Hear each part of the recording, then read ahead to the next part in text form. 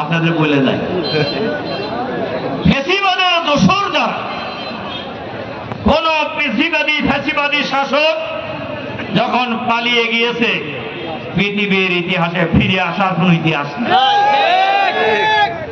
এটা তো আপনারা জানেন। সংগ্রামী ভাই এবং বন্ধুগণ, এই যে শৈলে যারা লাফালাফি করতে চায়, নড়াচড়া করতে চায়, আপনাদের বলে যায় আপনাদের নেত্রী আর ফিরবে না।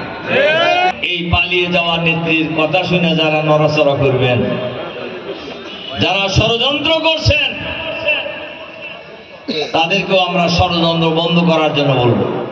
বিশেষ করে আজকের এই বিশাল শ্রমিক সমাবেশে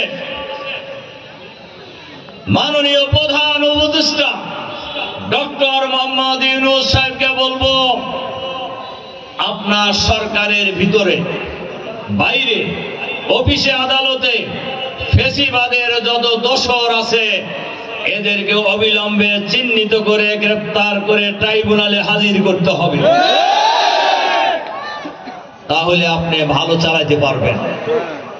এই যে সচিবালয়ে আগুন দেওয়া হয়েছে, আপনারা পত্রিকা দেখেছেন, আগুন দেওয়ার মূল কারণ হলো মুখ্য সচিব বোঝেন নাকি, সরকারের 1 নম্বর অফিসার হাসিনা প্রধানমন্ত্রীর সাথে সংশ্লিষ্ট 2 জন সচিব থাকে প্রধান, একজন হলো ক্যাবিনেট সচিব যাকে মন্ত্রী পরিষদ সচিব বলা হয়, আর একজন হলো মুখ্য সচিব। এই মুখ্য সচিবের অফিসে আগুন লাগার কারণ হলো হাজার হাজার কোটি টাকা চুরি করা হয়েছে।